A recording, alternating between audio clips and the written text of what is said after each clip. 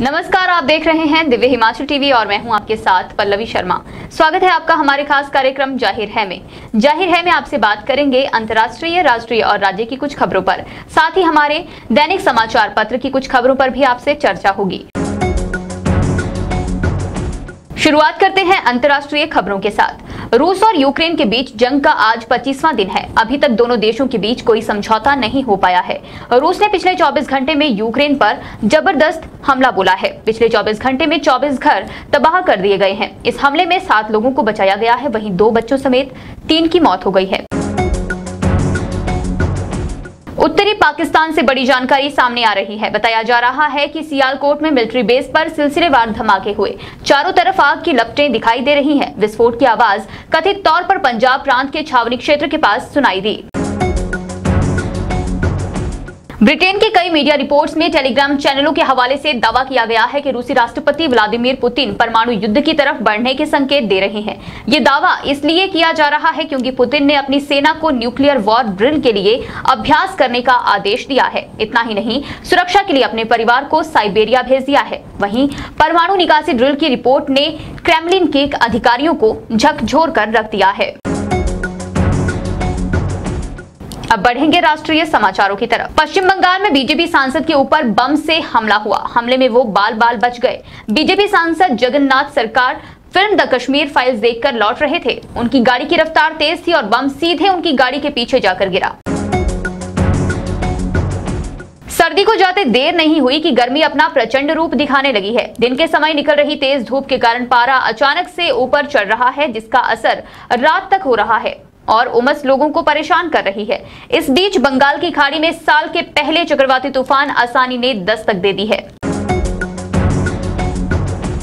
अभी तक आप अपने दिल की धड़कनों, पल्स व अन्य तरह की चीजों की निगरानी के लिए स्मार्ट वॉच का ही इस्तेमाल करते थे, लेकिन अब वैज्ञानिकों ने ऐसा कपड़ा बनाने में सफलता हासिल की है जिसकी मदद से आप आसानी से दिल और सांसों की निगरानी कर सकते हैं। अब बढ़ेंगे राज्य के समाचारों की तरफ। सूबे में विधानसभा चुनाव नजदीक आते ही सभी राजनीतिक पार्टियों ने कमर कसना शुरू कर दी है। पड़ोसी राज्य पंजाब में आम आदमी पार्टी की सरकार बनने के बाद पार्टी ने हिमाचल में भी अपनी जड़ें मजबूत करना शुरू कर दी हैं। इसके लिए पार्टी ने मुख्यमंत्री जयराम ठाकुर के गृह जिला मंडी से चुनाव प्रचार का आगाज करने का निर्णय लिया है। पार्टी की तरफ से 6 अप्रैल को मंडी में एक रोड शो का आयोजन किया जाएगा। इस रोड शो में पार्टी के राष्ट्रीय संयोजक एवं दिल्ली के मुख्यमंत्री अरविंद केजरीवाल व पंजाब के मुख्यमंत्री भगवंत मान भाग लेंगे। हिमाचल प्रदेश के नगर निगम शिमला के चुनावों का ऐलान कुछ दिनों में होने की संभावना है। इस बीच चुनावी बिगुल बजने से पहले ही शहर की सरकार के लिए होने वाली जंग दिलचस्प नजर आ रही है। आम आदमी पार्टी की एंट्री ने चुनावी गणित को रोचक बना दिया है। माकपा ने अब तक इन चुनावों को लेकर अपने पत्ते नहीं खोले हैं। हालांकि आम आदमी पार्टी कितना असर डालती है ये तो आने वाला वक्त बताएगा, लेकिन पार्टी की सक्रियता बता रही है कि इस बार मुकाबला कड़ा होने की संभावना है।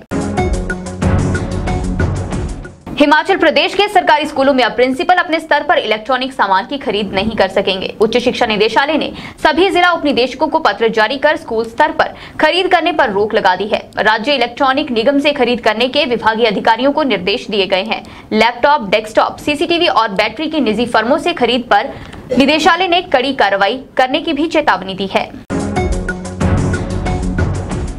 अब नजर डालेंगे हमारे समाचार पत्र की कुछ खबरों पर। राज्यसभा चुनाव में भाजपा ने प्रत्याशी चयन में एक बार फिर चौंकाया है। भाजपा हाईकमान ने हिमाचल से खाली हो रही एक सीट के लिए किसी स्थापित नेता की जगह एक नए चेहरे पर दांव खेला है। प्रदेश के स्कूलों सहित विभागों में 31 मार्च तक अनुबंध पर 2 साल का कार्यकाल पूरा कर चुके क्लर्क और JOIT अब रेगुलर होंगे। प्रारंभिक शिक्षा विभाग ने जिलावार सभी डिप्टी डायरेक्टर से इनका डेटा मंगवाया है।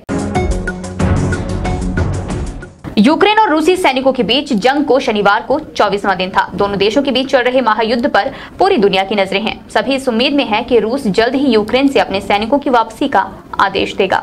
इन सभी खबरों को विस्तार से आप हमारे दैनिक समाचार पत्र में पढ़ सकते हैं। अब नजर डालेंगे हमारे प्रतिबिंब पृष्ठ पर। आज के हमारे प्रतिबिंब पृष्ठ में आपको प्रकृति के अजूबों को सहेज से रस्किन पढ़ने को मिलेगा, जिसको डॉक्टर कुंवर दिनेश सिंह ने लिखा है। इसके अलावा और भी कई लेख आप यहाँ पढ़ सकते हैं। अब नजर डालेंगे आज के रोचक विषय पर।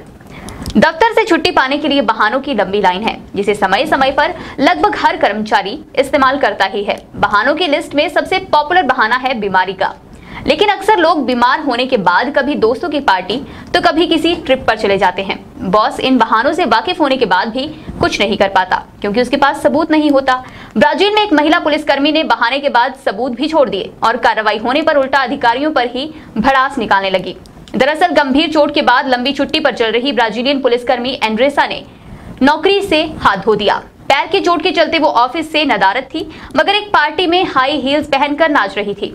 उनका ये वीडियो किसी साथी के हाथ लग गया और उन्होंने अधिकारियों को ये दिखा दिया, जिसके बाद अधिकारियों ने उन्हें नोटिस देकर नौकरी से निकाल दिया। आज के जाहिर है कार्यक्रम में बस इतना ही। देखते रहिए दिव्य हिमाचल टीवी।